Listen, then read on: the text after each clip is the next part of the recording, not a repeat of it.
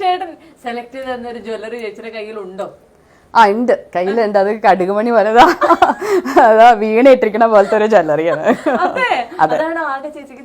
അല്ല, ബിജുവേട്ടൻ വളരെ thin chain, ഒരു ചെറിയ ഒരൊറ്റ ഡയമണ്ട് ആയിട്ട് അങ്ങനത്തെയൊക്കെ ഉണ്ടാവില്ലേ, കുഞ്ഞി മാലകളും ചെറിയ കമ്മല്, അങ്ങനത്തെ അതാ ഒരു സ്റ്റൈൽ ഇഷ്ടമുള്ള ആളാണ്. ഇത്രയും നേരമായിട്ട് ഞാൻ ചോദിച്ചുകൊണ്ടേ ഇരുന്ന എല്ലാ കാര്യങ്ങളിലും സംയുക്ത ചേച്ചി ബിജുവേട്ടനും 2 ലൈനിൽ പോകുന്ന ആൾക്കാരാണ്, 2 പാരലൽ ലൈൻസ് ആണ്. നിങ്ങൾ എവിടെയും കൂട്ടിമുട്ടൊന്നുമില്ല.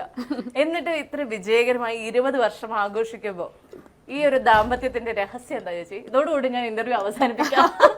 എനിക്ക് മനസ്സിലായി ആ വെള്ളം കുടിച്ച് തീർക്കുമ്പോഴേക്കും. അയ്യോ, അതുകൊണ്ടല്ല വെള്ളം കുടിച്ചോണ്ടിരിക്കണം, അതാ ഇടക്കിടയ്ക്ക് കുടിച്ചോണ്ടിരിക്കണം. അതെന്താണ് ചേച്ചി? അറിയില്ല, അതല്ല, ആ വ്യത്യസ്തതയാണ് അതിന്റെ രസം എന്ന് തോന്നുന്നു.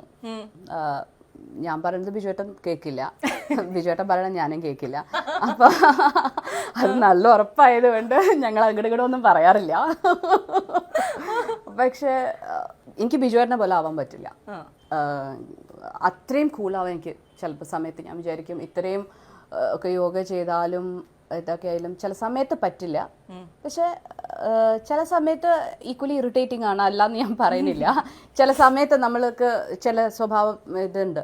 പക്ഷെ അതാണ് എൻ്റെ ഒരു ഈ ഓപ്പോസിറ്റ് അട്രാക്ട്സ് എന്നൊക്കെ പറയുന്നതിന്റെ ശരിയായ അതായിരിക്കണം എന്ന് തോന്നുന്നു. ആ വ്യത്യസ്തതയായിരിക്കാം അതിന്റെ രസം. ഈ ഒത്തിരി കപ്പിൾസ് ഇങ്ങനെ ഭയങ്കര ഫൈറ്റും ചെറിയ എന്തെങ്കിലും ഡിഫറൻസ് ഓഫ് ഒപ്പീനിയനിൽ തന്നെ ഭയങ്കരമായി ഫൈറ്റുകളൊക്കെ നടക്കുന്ന ഒരു കാലത്ത് നിങ്ങൾ അങ്ങനെയുള്ള ഫൈറ്റുകൾ ഉണ്ടാവുമ്പോൾ അതെങ്ങനെ ഡീൽ ചെയ്യാറുള്ളത്? അല്ല, അങ്ങനെയൊന്നും പിണക്കങ്ങളോ അങ്ങനെ വഴക്കുകളോ അങ്ങനെയൊന്നും ഉണ്ടാവാറില്ല.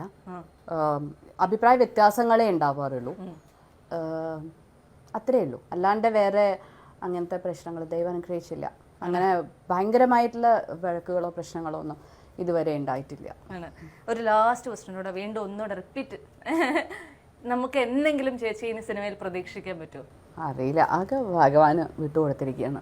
അത് അങ്ങനെ ഈ പറഞ്ഞ ഒരു തലയിലെഴുത്തുണ്ട്, അതിന് സമയമായി എന്ന് വെച്ചാൽ ഉണ്ടാവും, അല്ലെങ്കിൽ ഉണ്ടാവില്ലായിരിക്കാം.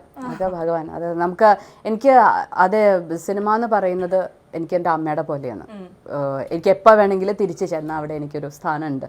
ചേച്ചിയുടെ എനിക്കറിയില്ല സത്യമാണോ, ഞാൻ ചില കഥകളൊക്കെ കേട്ടേക്കണേ പറയട്ടെ. അതായത് ചേച്ചി മണിരത്നം സിനിമ, അതുപോലെ പല സൂപ്പർ ഹിറ്റ് നായകന്മാരുടെയും പല സിനിമകളും കല്യാണം, കുടുംബം എന്നൊക്കെ വിചാരിച്ച് വേണ്ടെന്ന് വെച്ചിട്ടുണ്ട് എന്നുള്ളത് അത് സത്യമാണോ ചേച്ചി? ഉണ്ട്. അപ്പൊ അല്ല, മണിരത്നം സാറിന്റെ പടം ഞാൻ സിനിമയിൽ അഭിനയിച്ചുകൊണ്ടിരിക്കുന്ന സമയത്ത് ജയറാമേട്ടനാ പറഞ്ഞത്,